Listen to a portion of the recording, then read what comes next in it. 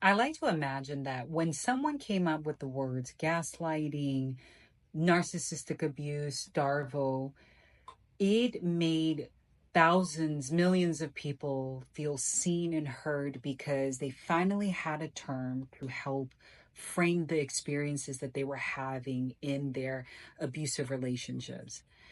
And we get very caught up in using certain words as a way to be dramatic, but not understanding the consequences of those words, especially if it's used out of context to abuse.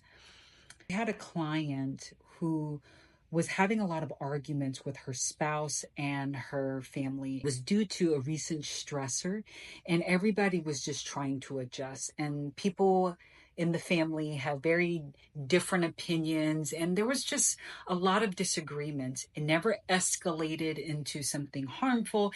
It just that they couldn't get past their own belief systems. So this particular client went to her therapist and asked for some resources to help with the conflict. And she was given a packet on DARVO, which is a strategy that is used by narcissistic abusers to deflect blame.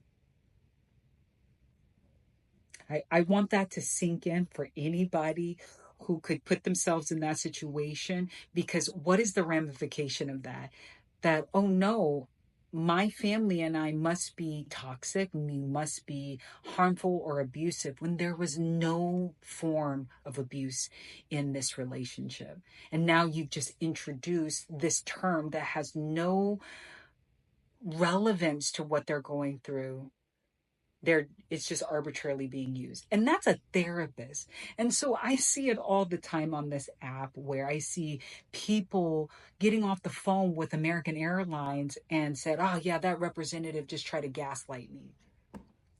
The last time I checked, you don't have a relationship with that American Airlines rep.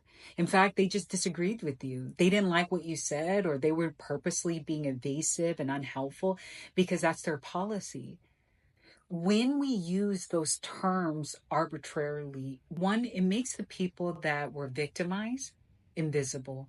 It minimizes their experience because those words like gaslighting, narcissistic abuse, even the term DARVO, represents the impact, the way, the methodology that in which that they were abused. What was once a empowering word now is being used to describe your Uber driver who was defensive, and you're saying is using